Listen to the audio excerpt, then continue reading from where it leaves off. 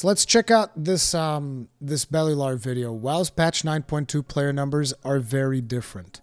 Let's see what the numbers in World of Warcraft are looking like. Let's see if people are just like I said earlier in this stream, I feel like a lot of people are being extremely apologists for World of Warcraft. And I understand, you know, you want to have hope. You want to believe that she's not going to cheat on you again. You have like battered husband or battered wife syndrome. And you're just like straight up Stockholm syndrome, and you're like, no, this time it's gonna be the real thing, and because like I feel like a couple of months ago, people were criticizing the crap out of World of Warcraft, and since then, World of Warcraft has done very little, and people are like, oh no, dude, next expansion, it's gonna be it. Like Bellular on every video that he makes, almost it feels like, dude, next expansion, it's gonna be so great. Like I want you, like don't give Bellular shit. I love his content. I love watching Bellular's content, and I understand that, you know, he wants to believe the game is getting better, but it just feels so weird to listen to the stuff that he and other creators were saying like a couple of months ago, and then listen to them now, where it's like they've done nothing to really redeem themselves, and everybody's like, nah, guys, it's gonna be great. It's gonna be great. It's copium, hopium, it's Stockholm syndrome. Jesus Christ. No, I haven't seen Asmon's reaction to this video because I haven't seen this video, which is actually why I want to see this video, so that then I can see Asmon's reaction to it eventually. Let's get started. Let's see what this is all about. Welcome back. All they need is the slightest glimmer of hope, and they're right back on the fucking train. It's true. It is true. And I want people to understand when I say this, because a lot of people seem to think that I want World of Warcraft to do bad. Quite the opposite. I want World of Warcraft to do good. Particularly, I want World of Warcraft to do good by the people working in World of Warcraft, you know, all of those people that were not getting paid properly, were getting overworked. You guys know the situation that we've analyzed to death with Blizzard, right? And it's like, I want those people to be cool. That's where I want them to start. But I just feel like it's not happening. And the more I hear, the more I see. Like I've seen videos about the Race to World First and how the Race to World First started with like split runs. And I'm just like, dude, why on fucking earth? Jesus Christ, dude.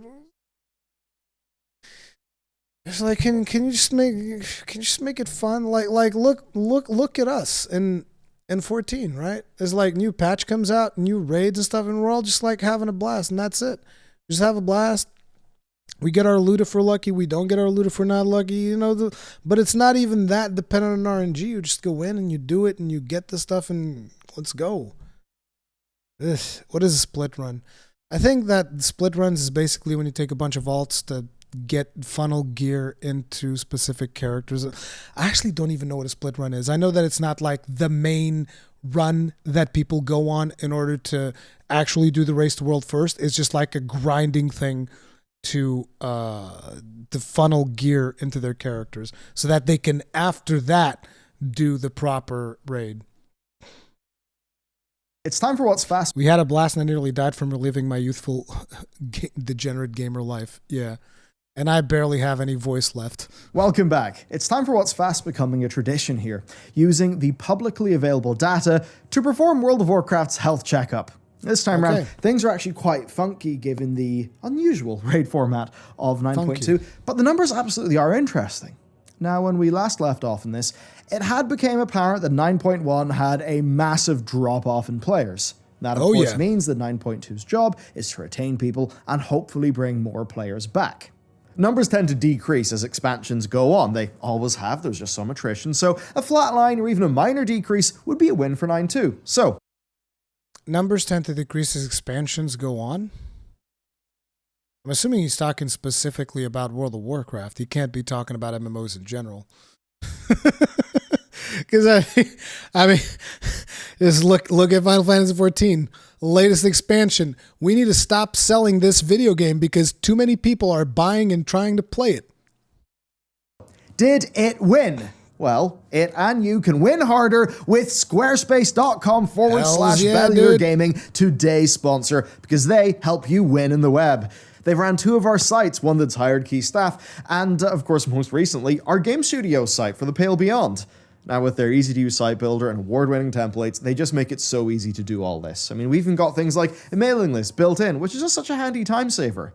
Now, we've got a reveal coming up in May, and for that, I've been working on a few private pages, and doing what I've needed to do has been so easy with their various different pre-made blocks.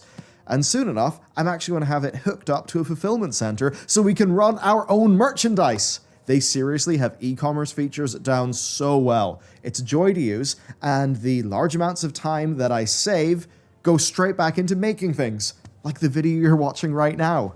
Squarespace is the fast. My shield game is so lacking. The hell does I know I need to get like a fancy sponsor and just like shield them all the time. I know that I should do that, but it's too much work. I could do that, or I could just play some Final Fantasy XIV instead. An easy way to have a fantastic web presence, and having that is important. It's going to be people's first impression of you online, so you gotta make it count. And to do so, head to squarespace.com/Bellular Gaming with the code Bellular Gaming, and that will get you 10% off. So thank you, Squarespace, and let's dive into some of these Warcraft numbers. Raid time. Okay, first off, let's do normal mode and boss guild kills in the first 4 weeks of the tier.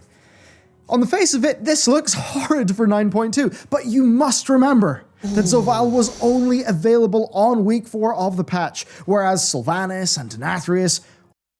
It was only available on week 4 of the patch, so people had enough of it before week 4.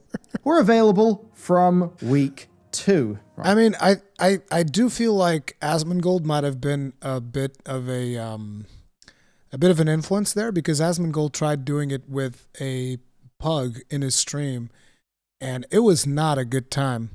It was not a good time there. Well, start of week 2. What we can do, though, is further dive into this data by comparing some first versus last boss kills and a few other things. So for Nathria and Sanctum, 61.44% of guilds cleared the last boss within the first 4 weeks of the patch, whereas only 26 did for Sepulchre.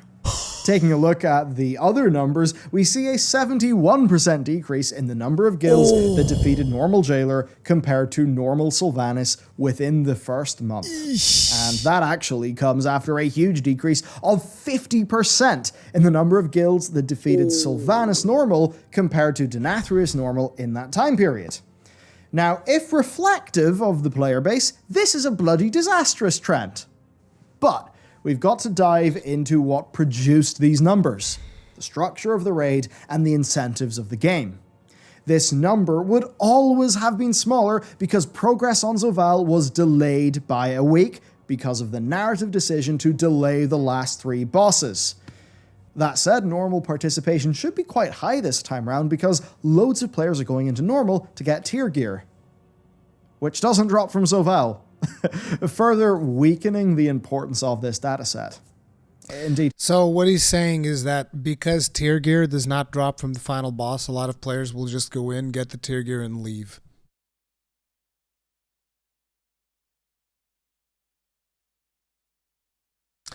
I kind of feel like if your player base is going in, getting tier gear, and leaving, that says a lot about the quality of your raids. You know, like I'm excited every time we go in and to do an extreme, even if it's like extreme friggin' Zodiark, extreme Heidelin, even if it's just like those two, which there's nothing for me to get from those bosses at this point. I'm still excited to go and do them because they're fun. You know, it's just like, there's something weird if people are like, I don't even want to go finish. Because, like, it's not even about people finishing it once and then not going back. It's like there's people who are just going in, getting their tier gear, and not even going to the final boss of the raid. It's me, Sachi. Exactly. Thank God I got my shoulders. Let me get the fuck out of here. That feels like the sentiment. People are like relieved. I finally got my tier. Let me get the hell out of here. But see, that's the thing. Blizzard themselves, they give too much importance to loot. They spend too much time thinking about the loot and designing their systems around the loot. Like 80% of the World of Warcraft experience is the loot. It's all about the loot. People just want to get the loot. And Blizzard gives even more and more importance to this every single time, with every single expansion, with every single system they iterate. Why do you think that there isn't master loot? Because with master loot, people can get loot too fast for Blizzard's taste. That's the main reason. It's that, and it's also like the whole thing about people there's maybe a little bit of people like maybe getting ninja looted once or twice, and then they have to have a GM actually go in there and sort shit out. It's like, listen, here's how I would sort shit out when it comes to people getting ninja looted. Tough shit, Sonny Jim. Tough shit. You got ninja looted? Too bad. Play with people you trust, or don't join a random group that's got Loot Master on. It's that simple. It's just that, listen, if you got scammed when the game literally tells you, by the way, the group that you're joining into, it's got Loot Master on. It's like, if you got scammed through that, I don't know what to tell you. But little Timmy, fuck little Timmy. Give people master loot, for crying out loud. But, it's not even just master loot. There's obviously the stupid vault, the box of disappointment. There's so many things that you can talk about loot, but essentially, yeah, that is the thing. Blizzard, they have such a chokehold on providing players with loot at a certain, the loot must be given at a certain pace so that people don't stop playing the game. Like, listen, there's very little loot for me to get in 14. I still play 14 like almost every day because there's more to the experience than the loot. But World of Warcraft still focuses on the loot. Therefore, their player base focuses on the loot and optimizing the loot acquisition methods. They didn't even finish the fucking raid. Week 5 of Shadowlands saw double legendaries. Of course, that also likely coincided, as it did with me, with more players getting their 2 or 4 piece of tier and a whole bunch of nerfs to normal mode. So as you can see, there's a lot going against Zoval guild kills within the first 4 weeks of the patch. And perhaps even this dataset can inform us as to why Blizzard nerfed nerfed like the raid as heavy as they did, right? Maybe they saw these low numbers and thought, you know what, double Legos ain't enough. We need to nerf it a bit more. Maybe that's the case. Hell, I mean,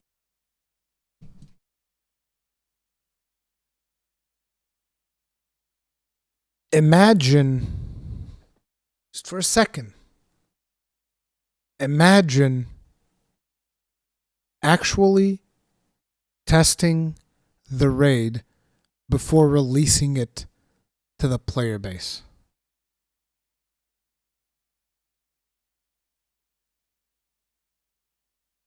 Crickets.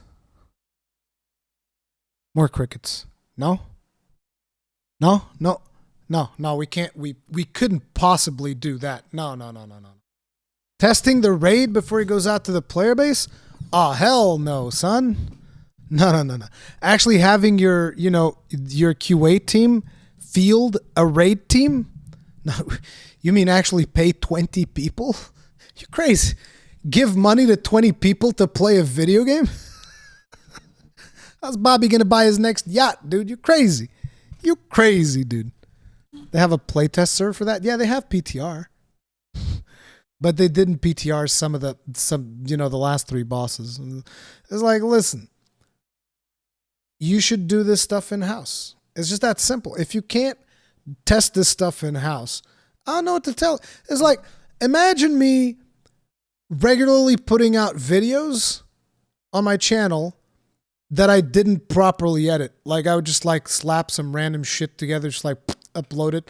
And then there's footage of me getting up, walking to go to the bathroom, coming back, farting, eating my lunch, just random shit in the middle of the video.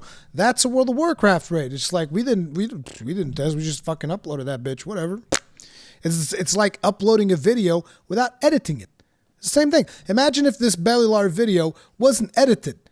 It's just random camera footage of him talking, just looking straight into the camera and nothing else. That's it. It's the same thing. Isn't that the Unleashed channel? Hey, man, why you got to be like that? While this It's not edited, but it's got good commentary. Am I right?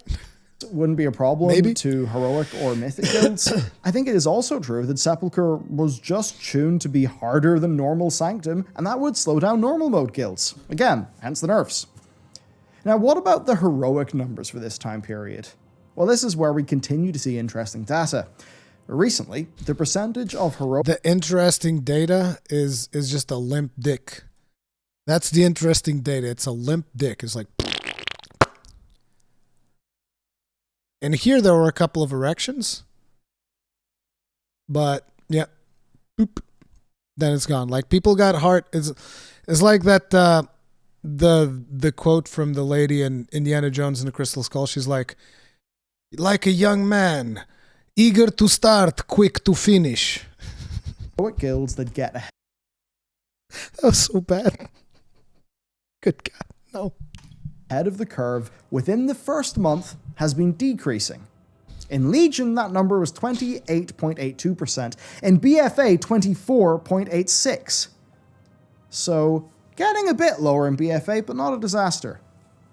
In Shadowlands, it's a mere 10.53%, with only 4% of heroic guilds managing to defeat Zovaal within the first 4 weeks.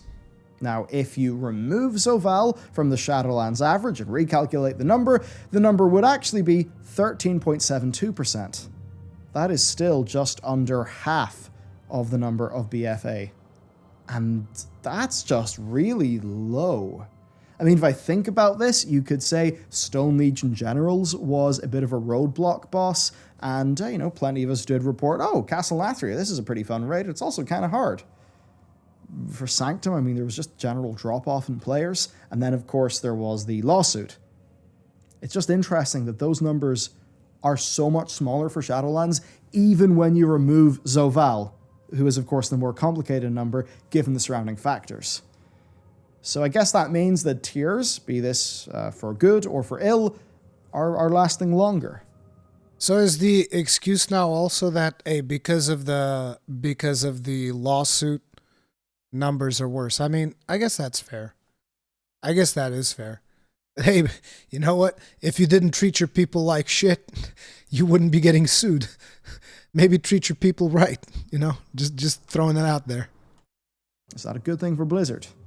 Do players actually stick around for more months, or do they just not enjoy the curve of progress and drop off? On face value, Zovaal heroic kills being an 84% decline over Sylvanas heroic kills in the same time frame, that is scary in face value.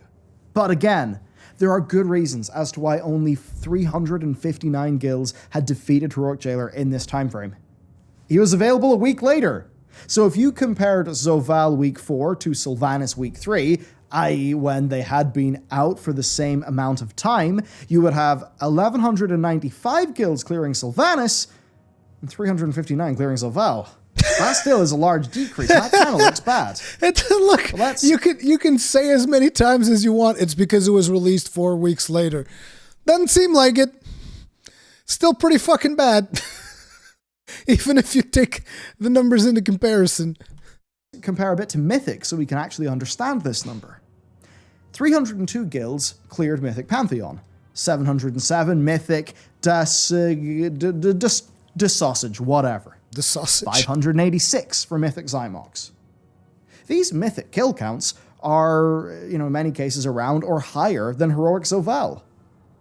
Weird, but is this a one-off? Well, yes and no. Wait. Only 2 guilds killed it in the first month.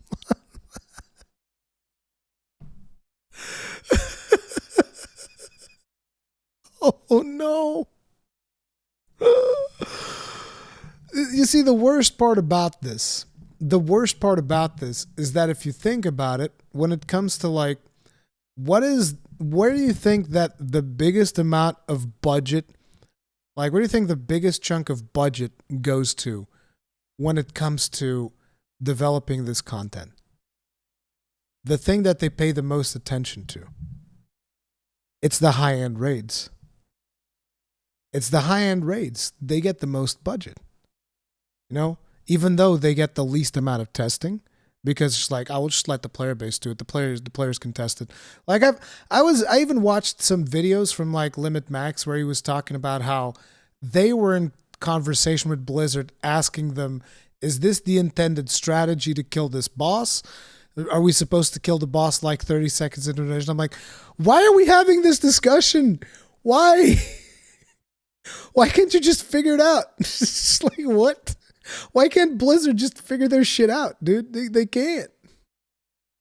I mean, I know that one of the reasons is because, like, you know, if you listen to Asmongold, it is an arms race against add-ons, which is why, how about you just design your game not around deadly boss mods? You guys have thought about that? Maybe just like, hey, how about we just remove that shit? Oh my God, the player base will go insane. Yes, they might actually have to think for once instead of having an add-on telling them 3, 2, 1, dun.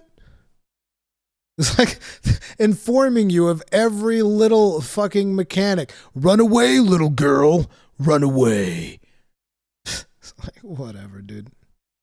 Not to mention, it was also funny to hear Limit Max talk about how they have people that literally design add-ons to not circumvent, but make mechanics easier to deal with. It's just like, look, it's an arms race where nobody wins because the top guilds, they're going to have these people work on add-ons for them. And everybody else, which I should also mention is a majority of the people that fucking gives you money,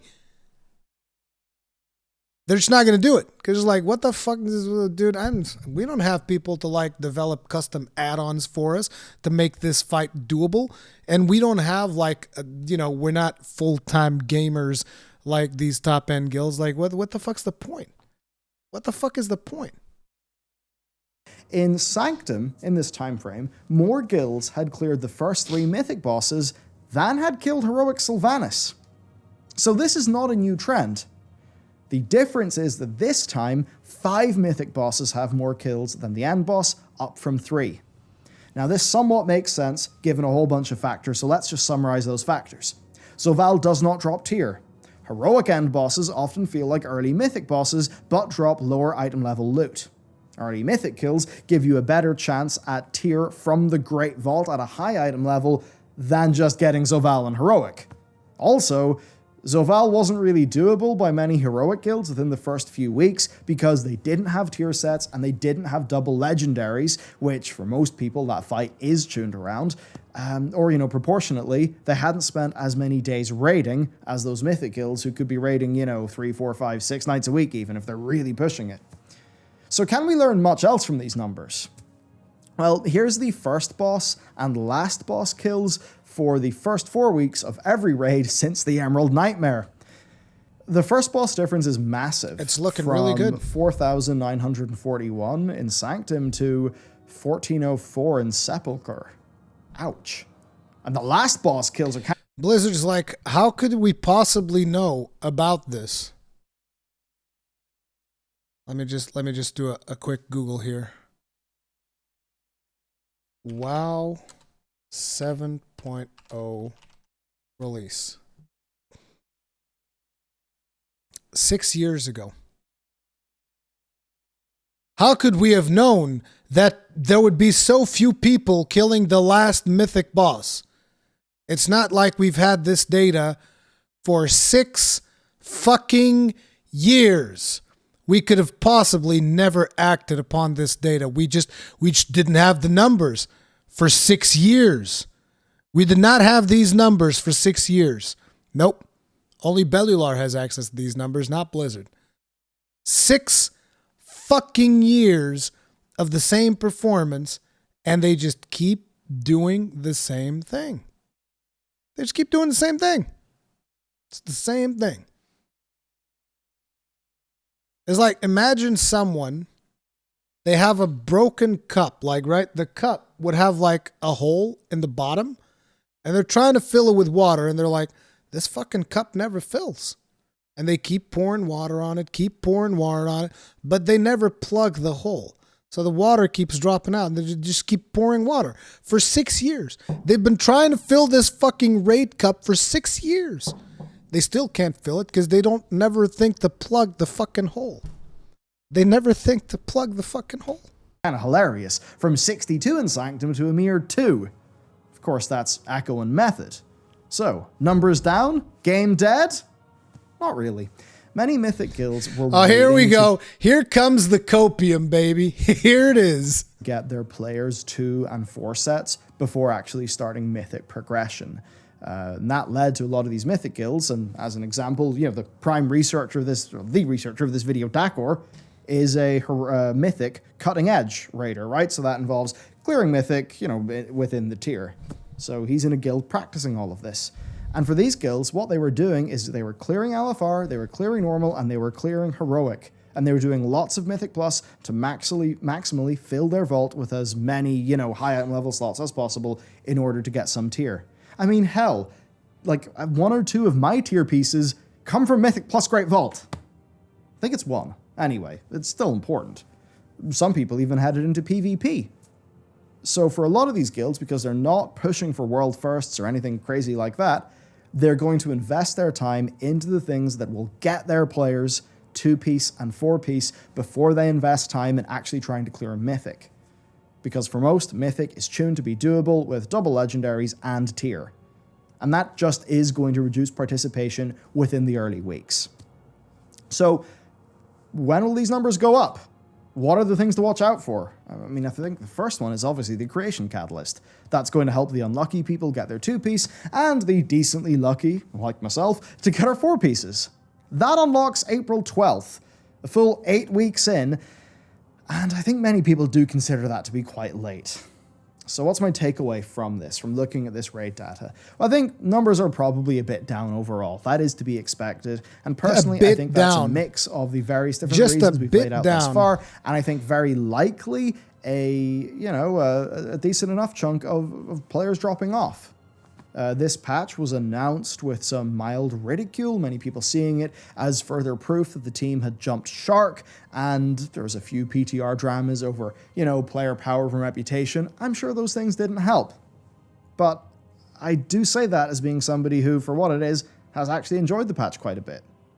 Okay, so I promised you week 3 comparisons, essentially with the idea of Anduin being the end boss, and then sort of comparing him to the other tiers. After all, Blizzard themselves said that Anduin, in any other circumstance, could actually be an end boss. So let's check it out.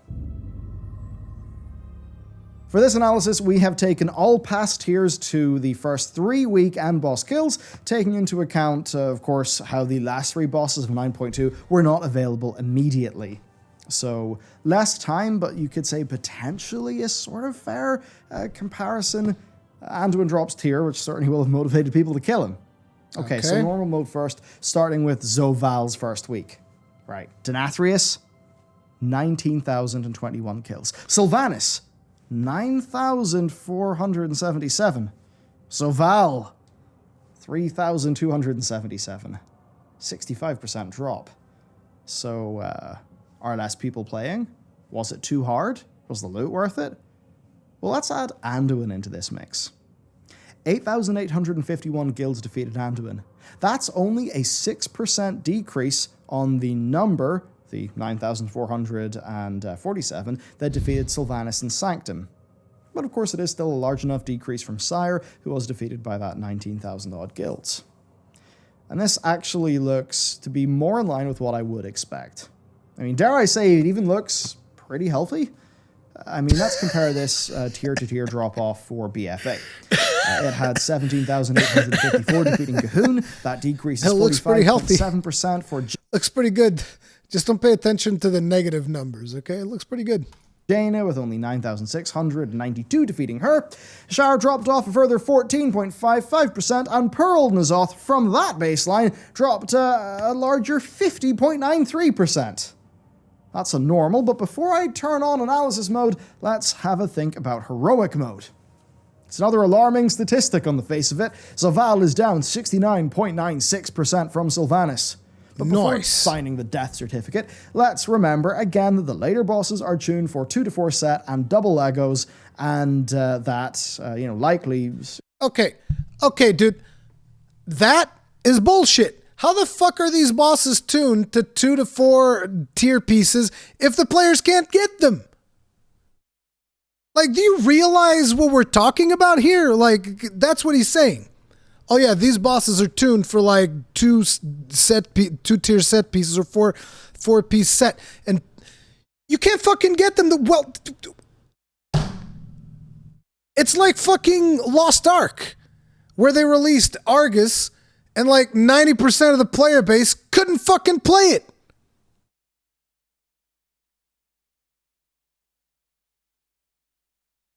What are we talking about here? What in the actual fuck are we talking about here? It's ridiculous. Why is it designed for 2 to 4 pieces? Why? Why is Argus designed to fucking squeeze money out of you? Well, I mean, you know, in Lost Ark, at least it's a free-to-play game, so they have to get your money somehow. You're already paying a monthly fee when you're playing this fucking game. What's their excuse? It's all bullshit. It's all bullshit. Guess what happens when a savage tier drops in XIV? You can kill it with the gear that's available to you. Fucking hell, what a revelation. Jesus fucking Christ. Are World of Warcraft players supposed to equip the loot while they run the dungeon? Yeah.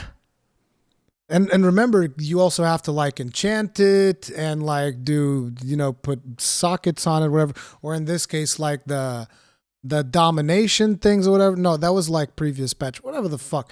Like the amount of shit that you have to do to gear in World of Warcraft in order to make it functional. Jesus Christ, dude. That's like a chore in and of itself. And in XIV, we literally, you know, in between boss fights, we literally just go and it's like, oh, let me just put 2 meld on this gear. Good to go. Let's go. Oh, I just got to drop 2 materia in there. Good to go. Bam, bam, Uncle Sam. And I don't need like no fucking special profession to put the meld in there either. Need a profession. Just go to the NPCs like, hey, slot this bitch in here. Okay, that'll be 1,600 gil. Thank you very much. Have a nice day. So fewer guilds will came back in general. There are less incentives to kill Zoval because he doesn't drop tier. But the number is still interesting because this is covering 3 weeks of Zoval availability versus 3 weeks of prior end boss availability. Bringing Anduin into the picture, things once again make more sense though because he had 2,567 kills, which is up 115% from Sylvanas' 1,195 kills. This increase is a lot larger than the minus 6.31% decrease that we saw between Sylvanas Normal and Anduin Normal. That is interesting. Kind of impressive. Well, remember, Blizzard did sort of try to nuke Anduin a bit with nerfs in the first week or two, but still, Anduin should be an easier boss than Sylvanas. He was not tuned as an end boss, even if his mechanics would have supported him being an end boss. He is boss 9 of this raid, unlike Sylvanas, who is boss 10 of her raid, and the same goes for Denathrius. So overall, it's an interesting data set. I think we shouldn't go apples to apples, Anduin versus Sylvanas. We definitely shouldn't do that. I think Anduin should be higher than Sylvanas, because he is a, very slightly an earlier boss, and, some nerfs and stuff. But this does point to the overall raid population, not like calamitously falling off or anything like that. Okay, let's take a quick look at Mythic Plus and PvP then. M Plus is honestly a bit tricky because of our data sources. Week 1 and 2, data from Best Keystone just doesn't seem to be there, and the Week 3 and 4 data is actually different to what Raider.io has reported. Now, if we were to assume that this is because of a difference in methodology, and that methodology has been consistent, then we could compare the best Keystone numbers for Week 3 and 4 to prior seasons. And doing so is interesting enough, where Season 3 Week 3 had 518,000 runs, while Season 2 Week 3 had 635,000, and Season 1 Week 3 had 775,000 runs. So an overall downtrend, but not a humongously calamitous one. The Week 4 trend is similar. 503k runs for Season 3, 606k runs for Season 2, and 533k for Season 1. That's a whole lot of players that still haven't realized that it's all just one gigantic fucking Skinner box. Season 1's a bit weird. It got off to a low start, but its numbers eventually went pretty high. Overall, it very much seems like the rate of Shadowlands losses has decreased. When you look at these M+ numbers, assuming it's the same methodology and the data's not corrupted, which I think could kind of line up with what that normal and heroic Anduin number that I just covered told us. I think it does make sense. 9.2 is a better patch than 9.1 in almost every way, and the end game certainly feels better than it did in Season 1 or Season 2. I think 9.2 probably felt novel enough, and it had enough positive changes to help to stem the tide. And while not a patch 5.2 style reversal in fortunes with player counts overall going up, I think, we can maybe see that 9.2 has clearly retained players better. I'm not going to say great, but better, and I think that does show us that World of Warcraft needs generally more accessibility stuff in the endgame, and it needs novel, new content that's not brown-grey sludge. Zereth Mortis is that. Sepulchre is a great raid. Of course, yes, in spite of some qualms over raid loot and tier accessibility. If we look at the PvP numbers, it's kind of simple enough, really. There's not been a large increase, but there's also not been a large decrease. So let's try to wrap this up. Well, we've learned quite a lot here, mostly about raid tuning, structure, pacing, and loot systems, and basically how those interact to change numbers. 9.2 just had a different format to 9.1 and 9.0, and that makes comparisons hard. Now, numbers do seem like they may be down extremely in a few of these comparisons, but I think that can significantly be explained by all the things we've talked about in today's video, and those normal and heroic mode Anduin numbers are certainly rather interesting. I think the question really is that with lower initial kill counts, will we instead see players progress over a longer period of time, leading to pretty good retention for this patch? Well, that is something that we want to test in the future, and it's why we've done this video now, because we're kind of, placing a stake in it, highlighting the interesting situation with these numbers, and we can in the future compare back to this. Which does mean that some things are just hard to say at this stage. I mean, look, patch 9.1, I think anecdotally we can at least all agree that it was significantly more frustrating than 9.2. So I think there's no wonder that people will have left at a pretty rapid rate in 9.1. Plus, obviously, the Blizzard controversy, which, I mean, at least for my guild, we just didn't feel like playing the game around that time, and I know it's the same for many other guilds. I think then what 9.2 represents is an imperfect patch that appears to be an earnest attempt to do better, even though it does have some stumbles. Zereth Mortis, while I think a little bit tired in its macro design, it is an excellent... An earnest attempt to do better? Really? Okay, I'm just going to leave that one there. Zone, especially compared to Korthia, which was pretty much horrible. Sepulchre is a great raid. In my guild, we've all enjoyed it a lot more than Sanctum, and I've heard similar sentiment in other places. Picking up the game again loved it. Was far easier this time. I mean, I swapped from Hunter to Mage just before this patch, and between this patch's things with a rapid renown catch-up through doing the new campaign and, the previous things from 9.1.5, just getting in and playing the game was way more accessible. Now, if I wanted to change away from the Kyrian Covenant on my Frost Mage, which I know I should prefer to, for performance, I would be very frustrated at how the Covenant system still works. But I suppose that...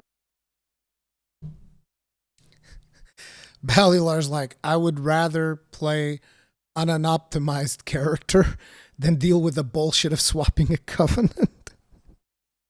I thought they made it easy. I thought that was a big talking point by a lot of creators, like, oh no, dude, it's so much easier now to just swap your covenants like that. It's super easy. It's not even a problem anymore. And here's Bellular's like, yeah, I just stayed Kyrian, dude. I don't want to deal with the hassle. Dude. Listen, I literally changed my main class 2 days ago in Final Fantasy XIV. I was maining Paladin, and I swapped to maining a warrior. It took me about 30 minutes to remeld my gear so that it was optimal stats for a warrior. And then we grinded Endsinger, which I was going to have to grind with my Paladin anyway. But when we grinded Endsinger, I don't know, I think we did it for 4 hours total. And in 4 hours of grinding Endsinger, not only my new class had better gear than the old one, but also everybody in our static had the Endsinger weapon. 1 day ago? Oh yeah, it was yesterday. It wasn't even 2 days ago. It was yesterday. I literally swapped classes to Warrior yesterday.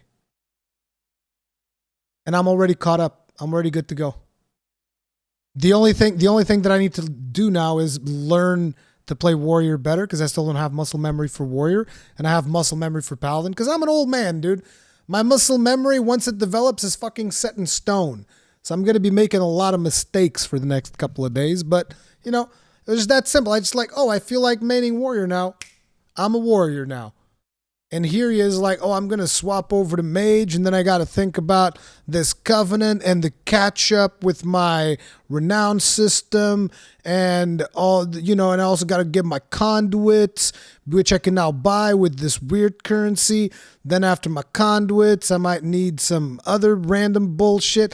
And then I got to go do my Mythic Plus to get the gear, because I can't buy gear with this other thing. Got to get this thing. It's like, listen, even if I wanted to change to a completely different class, because like right now, you know, going Warrior Paladin, they share gear.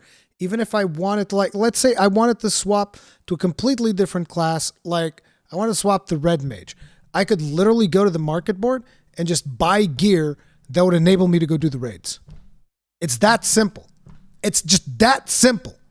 It's like, no, gotta go do split runs and Mythic Plus and old raids and the Renowns and the conduits, and I gotta be lucky with the conduits and my legendaries and my balls and that is like, Jesus fucking Christ. Why don't you just take a fucking college degree while you're at it? That means that for I suppose, somebody who's deciding to play the game casually right now because I just don't want to get deep into it, maybe it shows that these systems, the changes have been pretty good. I mean, they've certainly meant that I can play the game. Because with the way that it was, there's no way I'd be playing the game. I haven't really been enjoying Hunter that much, and if I wasn't convinced that I could get a fresh mage up to speed in a reasonable amount of time, I simply would not have came back. So a lot of those changes are directly responsible for me playing the game right now. I'm sure they are for plenty of you as well.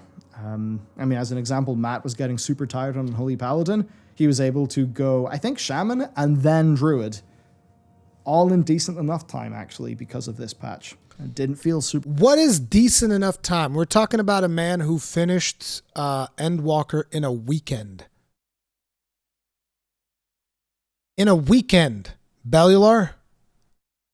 This man finished Endwalker in a weekend. What is reasonable enough time? I want numbers just like the rest of the numbers you've given here. Was it 10 hours? 20? 30 hours? How many hours was it? For him to like get, for him to get like, up to date on his new class. See, that's an important number that I would like to know. Super horrible. I mean, there's a few things that felt bad, but it wasn't like a big, calamitous, horrible grindfest like it could have been in the past. But I think for many players, the damage is done. And it will be the job of 10.0 to convince them that the game is on a better track. Now he's going to tell us about how hopeful he is for 10.0. Watch. I cannot blame anyone for leaving, not at all. I mean, we all just stopped playing WoW mid-heroic progression and essentially did not touch the game until March the following year. That was my whole guild. We were all gone and not playing the game. I'm sure it was like that for many of your guilds as well. So there you go. That's the word in 9.2. I think it's done a pretty decent job. To see ultimately, there's the hopium coming in. Just going to have to check in, because this is a raid tier that has been spread out over a longer period of time, and the creation catalyst is coming in strangely late. I'm sure many people will be playing another game, FF14, on April 12th, instead of being excited for the creation catalyst, which is a bit of an L for Blizzard. Man, fuck the creation catalyst, dude. We just had really cool ass raid. We had Endsinger Extreme. Fuck fuck Blizzard's like little fucking crumbs. Here's a crumb of tier gear for you, you fucking peasant. Why don't you go raid some more? Here's some tier gear. We don't need Blizzard's crumbs anymore. But hey, it is what it is. We'll just have to see the numbers whenever player data actually creates them. Of course, then, to get yourself a kick-ass web presence, save yourself a whole bunch of time, stress, and hassle, and help us out, you can go to squarespace.com/Bellular Gaming. A big thanks to them for sponsoring today's video, and I believe actually sponsoring this entire series of WoW health checkups, which is pretty awesome of them. So, there are links down below. Thank you very much for watching today's video, and with that, I'll see you next time. Guys, here's a link to the video. Make sure to like the video. It's like, look, I got a lot of criticisms to make, but at the end of the day, like I said, I love Bellular's content. I think he does a really good job. So, yeah, but it's like, I wish that he was a little bit more real, because I can feel that he's in that stage where he's like, okay, I need to be hopeful for what's to come, because I want the game to be good. It's like, we all want the game to be good, but the problem is, the more people are out here being like, no, dude, 9.2 was really, really good, and 10. When in fact, I don't think 9.2 was that great. Like I said, Creation Catalyst came out like 2 days ago. Your little, you know, your bad luck protection came out like 8 weeks after the patch. It's funny to see the content Final Fantasy 14 6.0 brought to the game compared with WoW 9.2. Yeah. Jesus Christ, dude. Nah. It's like, I feel a lot of the current active content creators for World of Warcraft, they need to be bringing Blizzard tasks. They can't just be like, oh no, 10.0 is going to fix everything, because that's the fucking cycle. It's always the same cycle. It's always the same. It's like, you know, you get the hype leading up to the expansion. You know, the expansion comes out, everybody buys into it because everybody's nostalgic about the game that they've played for fucking years. And then everybody plays it for a little bit. They remember how the combat was great and all of this stuff. Then the flaws start showing up. And then it's like, oh, there are all these problems that we reported on during the alpha and beta that you fuck all about. And then it's like, people are mad. And then the next patch, they're like, you think you do, but you don't. And they give you a lot of bullshit again. And you're just like, God damn it, we're not going to take this anymore. And then the patch after that, they're like, oh, come back. We'll fix it, please. And then the patch after that is when it's like, oh, we'll fix everything, we swear. And then hype to the next expansion again. Repeat ad infinite, because a lot of people at Blizzard actually despise their fucking player base. They fucking despise them. I mean, how can you not despise your player base? You're putting out fucking raid content without even testing it, dude. Without even fucking testing it. Like, Jesus fucking Christ. Fuck is wrong with you? Test your shit. Sheesh. Whatever. I have some friends that are playing World of Warcraft right now. Even after I introduced them to Final Fantasy 14, they finished up the Endwalker and loved it, yet WoW keeps screwing them over as soon as they return to it. And they say they will always return to it. What the fuck? Stockholm Syndrome, dude. Fucking Stockholm Syndrome.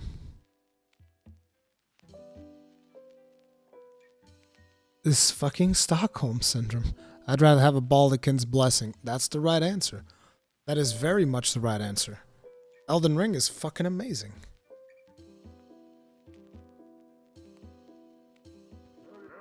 That was a good decision. I dipped back in during Shadowlands, and I'm not going to lie, I was probably in great part influenced by Asmongold, because Asmongold seemed very hopeful for it. And you know, a lot of the World of Warcraft creators were hopeful for it again. And it's like, I fell for it. I basically fell for it, because WoW creators were all hyping this shit up, and I was like, okay, maybe this will be the one. And I can see it happening all over again in 10.0. Everybody's like super fucking hyping it up, and there's probably going to be a delay even after they announce, which they're announcing it like on the 19th or whatever. But, you know, they're going to announce the shit, and people are going to just like completely fall for it. It's going to be the same old thing. Everybody's going to buy into it. It's going to be a fucking turd, and Blizzard's going to keep making money. It's like, in order for them to learn, they need to feel it in their wallet, and they're never going to, because the player base is too gullible. They're going to keep giving them money. They literally take their player base for granted. That's what they've been doing for years. They felt it a little bit in Shadowlands, but it's like not really a big deal, because the whales made up for it, because they kept fucking milking the whales. Like, we're going to keep, it's like, oh, it's almost like they have the whales in a prison somewhere, right? And every time your average player threatens to rebel, they're going to be like, we're not dealing with this anymore, Blizzard. Fuck you. We're not going to deal with this bullshit. Every time they do that, they go back to the whales and they're like, hey, whales, here's a new fucking mount that you can get if you subscribe for 6 months. Come on. This time around, they even fleeced the whales from fucking Hearthstone. And Hearthstone's got some big, fat, juicy whales, dude. Like, big whales. Because, like, the Hearthstone whales, they will buy packs until they have all of the new cards every expansion. You're talking about people that will blow thousands of dollars, like actual literal thousands of dollars. And you're talking about thousands upon thousands of players that will do this. I wouldn't say millions, but thousands, maybe even hundreds of thousands of players that will just like straight up pour their fucking life's blood into Hearthstone to get all of the cards. So this time they were so desperate that they didn't settle for just fleecing the World of Warcraft cash cows. They fleeced the whales from Hearthstone as well. And their numbers still went down. Jesus fuck. But they're fleecing them, man. It's just the way that it is. It's like they go up to the whales and they're like, the milking will continue until the player base stabilizes. That's just how it goes. And it's always going to be like this with World of Warcraft because it's one of those games that just reach the critical mass that they can do literally whatever the fuck they want. And there's always going to be someone coming in behind them, excusing them, and telling everybody, no. Next one's going to be great. Next one is going to be perfect. It's always going to be like that. Aaron G, I think Blizzard still thinks they're too big to fail and there's 0% chance that their game will die because of a lot of players still eat their polished turd. They do. They fucking do. It's actually kind of scary despite all the bullshit that happens. WoW keeps pulling people back to us like a damn drug. It's Stockholm Syndrome, dude. Actually, it's not really just Stockholm Syndrome. It's nostalgia. People are just hooked on the World of Warcraft nostalgia. And that is never going to change because World of Warcraft really hit people at a key time in their lives. And they're just, they're just hooked on it. I myself, like, I'm still reporting on this bullshit. I should just fucking ignore it, to be honest. But whatever. It is what it is.